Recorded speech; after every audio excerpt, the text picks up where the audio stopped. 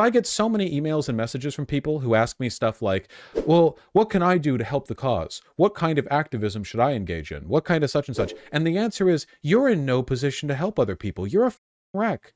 You're mentally unstable. Your serotonin levels are fluctuating wildly. You have a poor personal health. You don't wake up and fall asleep at the same time every day. So every day you're zombie sleepwalking through your shit. You know, you're in no position to help anyone. Do you think that like the revolutionaries of any time period were people like you, sleep deprived, unsure of themselves? No, they weren't. People capable of helping, people capable of building a movement are far more, literally Marx was a theorist. He wrote. He was not he was not like an on the ground organizer. That's very different, okay? That's different. Don't undercut my point with disingenuous false comparisons. You can't help others until you help yourself. Yes, Marx was stinky, I know. You should shower. Marx was stinky, you should shower. What is Marx now? Dead. Maybe if he showered, he could still be alive. So shower. If you're spending your whole day like at home doing nothing, playing games and not working, get a job. I mean it. Save some money. I know it sucks. Save some money. You might need it in the future. Develop life skills. Talk to other people. Your best chance of making it through this are being well-connected, self-actualized, and having a stable physical and mental, life. To be stable in these respects. Literally disabled, entirely dependent on the government. That's great. Keep it up. Keep it up. And incorporate more brown rice into your meal. No excuses. No excuses. Everyone has an excuse. No excuses. Everyone's trying their best. No, Vaush, you don't need to have your room clean to be able to benefit your community. Wrong. Jordan Peterson was right on this one. I've met a lot of people on the left. Trust me, okay? I'm 30 years old. That's not like old man territory, but I've been around long enough to know this. I've met a lot of people, a lot of queer people, gay, trans, leftist, anarchist, Antifa, whatever. And there is a direct correlation between how useful people are in the advocacy of their ideals and how much they manage their own life, their own personal discipline. Direct correlation. Your image of the like person who lives in a grungy studio apartment they don't care for, but then they go out and they like bring fire to the world. That's an aesthetic that you idealize because it validates your self-image of a messy person who is improving the world. You like it because you see yourself in it. It's fake. In reality, people with messy apartments aren't go-getters and world changers. They just order a lot of DoorDash and don't clean up because they lack self-control, self-discipline. They're on a fix for constant, like, short-term dopamine hits. To be fair, that works for artists. No, it doesn't. Artists who are productive, go look at actual artists throughout history. This image we have that, like, the rock star or the artist is always fucked up on mushrooms or something and they have, like, a shit-ass... That's not true. Many of the most famous artists in history, they kept incredibly clean, austere apartments. It's not true. It's a lie. It's just bad to be messy. There's no...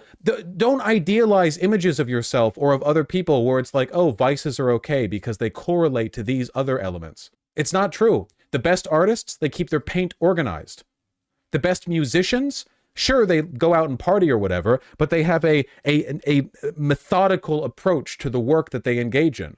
We idealize the image of a person who fucks up their house or whatever, but then goes on and makes incredibly, like, positive contributions to the world for the same reason we idealize the concept of, like, Isaac Newton developing the theory of gravity because an apple hit him on the head.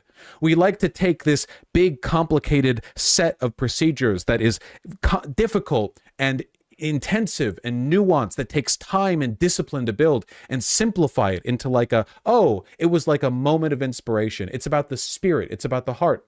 It's not true. Everything takes hard work and you will have to do it. And if you complain about this, then I'm sorry, you're cooked.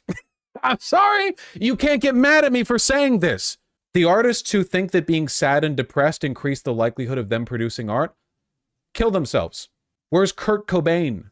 Oh, Hendrix is doing great. This idealization of like, oh, the artist, you know, like, oh, the things are like a fucking mess and then things are good. No, clean your room. This is ableist. Yes, if you are unable to do what I am telling you to, then just try your best. All I ask is that you try your best. You think that I'm out here like, yeah, you're in a wheelchair. Well, that's no excuse for not cleaning up the soda cup that you have next to your chair. Come on, don't be stupid. Don't look for like an excuse to think that your victimhood excuses you from the broader point here. You know, come on.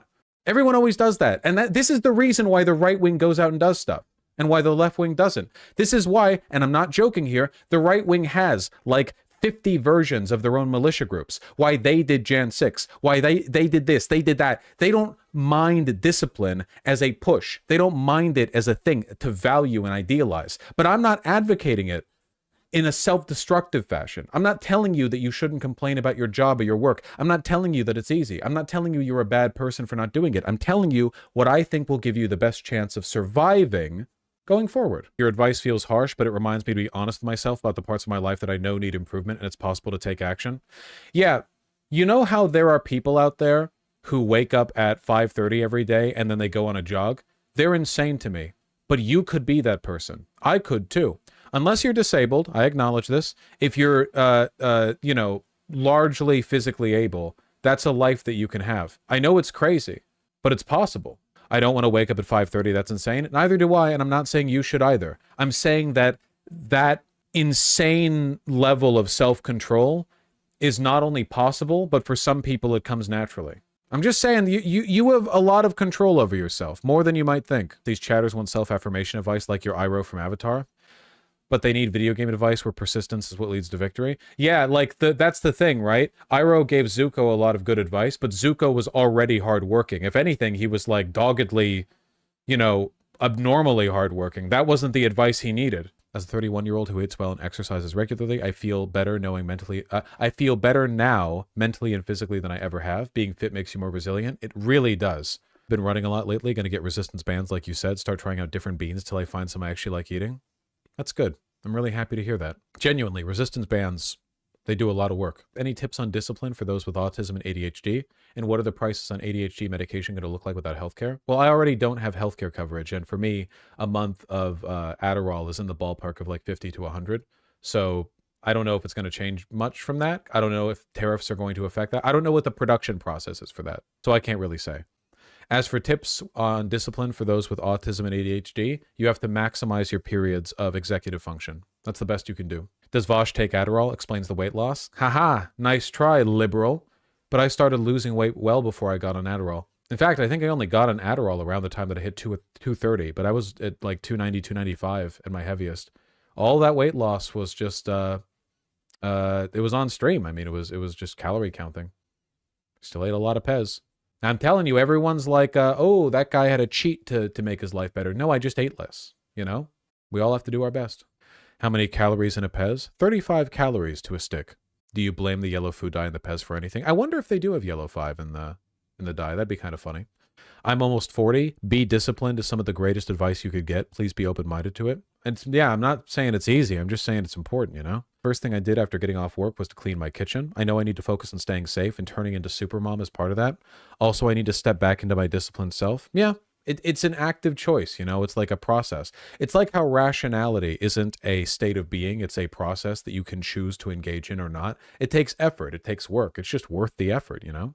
Love the self-help advice. Please stress that you have to start small, set achievable goals, and use those victories to keep up motivation. Yep. Worst thing that you can do trying to improve your life is set a gigantic new goal that you can't achieve, then failing, then feeling bad, then stopping. That's why everyone goes to the gym on January 1st, and half those people are gone by February 1st, you know? You don't want to do that.